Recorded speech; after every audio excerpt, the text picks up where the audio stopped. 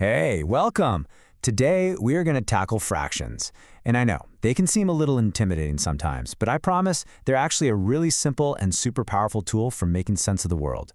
So let's start with the most basic question of all. It all boils down to this one simple idea. Think about it. You're splitting a pizza with friends. You're measuring out ingredients. You're tracking how far you've gotten on a project. We're almost never dealing with just whole things. So, what do you do when you only want a part of something? Well, that is exactly what fractions are for. So, here's our game plan. First, we're going to hit the absolute basics. What are fractions? Then, we'll figure out how to compare them, how to add and subtract them, and finally, we'll put all those skills together to crack a real-world problem. It's going to be quick, clear, and super useful. All right, let's dive right in.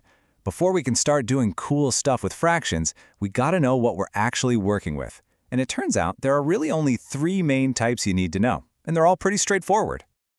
Okay, so first up we've got the proper fraction. This is kind of your classic everyday fraction. The top number, that's the numerator, is smaller than the bottom number, the denominator. All it means is that you've got a piece of a whole, but you don't have the whole thing just yet. For sure, just look at 3/5. If you picture a pizza cut into 5 big slices, a proper fraction like this just means you have 3 of those 5 slices. Simple as that. And that's the main idea. Next, we have the improper fraction. Now, this is what happens when you've got enough pieces to make at least one whole thing, maybe even more. And the dead giveaway, the top number, the numerator, is bigger than the bottom one. So let's take a look at 8/5. If our pizzas are still cut into 5 slices, this fraction means you've got 8 slices in total. That's one whole pizza, that's 5 slices, and then you've got 3 extra slices from another one.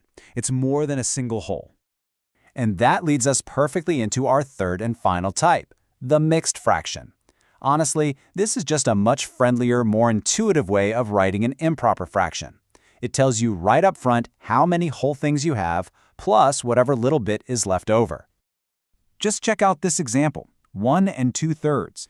It immediately tells you, hey, I've got one whole thing and also 2/3 of another one. It's the exact same amount as an improper fraction, just written in a way that's easier to picture.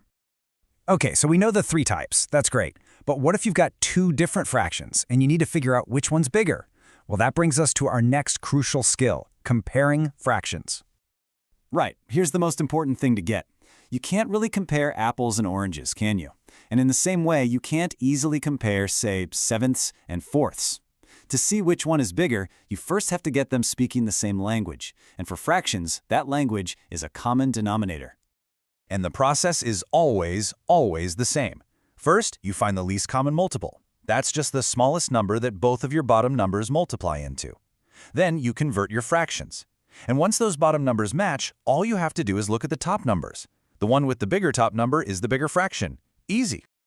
Okay, let's put it into practice. We want to compare 5/7 and 3/4. Our denominators are 7 and 4. So what's the smallest number that both 7 and 4 go into? Yep, it's 28. That's our new common language, our new denominator. So now we just convert them. 5/7 becomes 20/28, and 3/4 becomes 21/28. And boom! Just like that, the answer is totally obvious. 21 is bigger than 20, which means 3/4 is the bigger fraction. And here's the best part. That skill we just mastered, finding a common denominator, is literally the master key that unlocks adding and subtracting fractions. This is it. This is the golden rule. You can only add or subtract fractions if their bottom numbers are the same. That's it.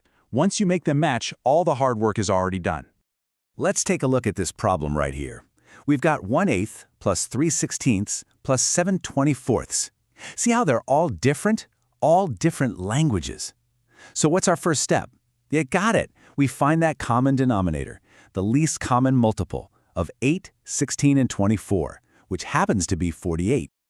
So we convert each of those fractions so they have 48 on the bottom. And then the rest is just simple addition straight across the top.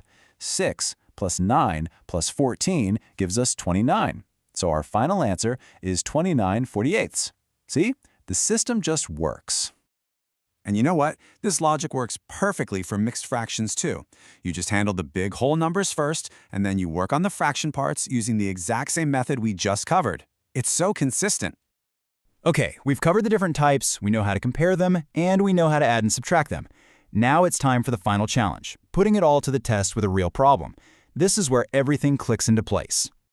So here's our scenario. This person, Zebed, is on a journey, and we know how it's broken down. 3/10 of the way by rickshaw, 2/5 by bike, 1/5 on foot, and then the last little piece of the puzzle is that the remaining 2 kilometers were by horse cart. The big question is, what was the total distance of the journey? Let's break this down together, step by step. First things first, let's add up all the parts of the journey that we already know as fractions. So that's 3/10 plus 2/5 plus 1/5. To add them, of course, we need a common denominator, which is going to be 10. Once we convert them, we add them up, and the sum is 9/10. Okay, so if 9/10 of the journey is done, that means the final part, that 2-kilometer horse cart ride, has to be the last 1/10. And if 1/10 of the whole journey is 2 kilometers, then the entire journey has to be 10 times that amount. Which gives us our final answer, 20 kilometers. See how that worked? By just breaking it down and using the skills we've covered, what looked like a really tricky problem becomes totally manageable. And there you have it, from understanding the different types to comparing them to actually using them to solve problems. The rules of fractions are like your secret toolkit. So the real question I have for you is, as you go about your day, where are you going to spot fractions now? Maybe in a recipe or a sale at a store? Once you start looking for them, you'll seriously see them everywhere. Thanks so much for tuning in.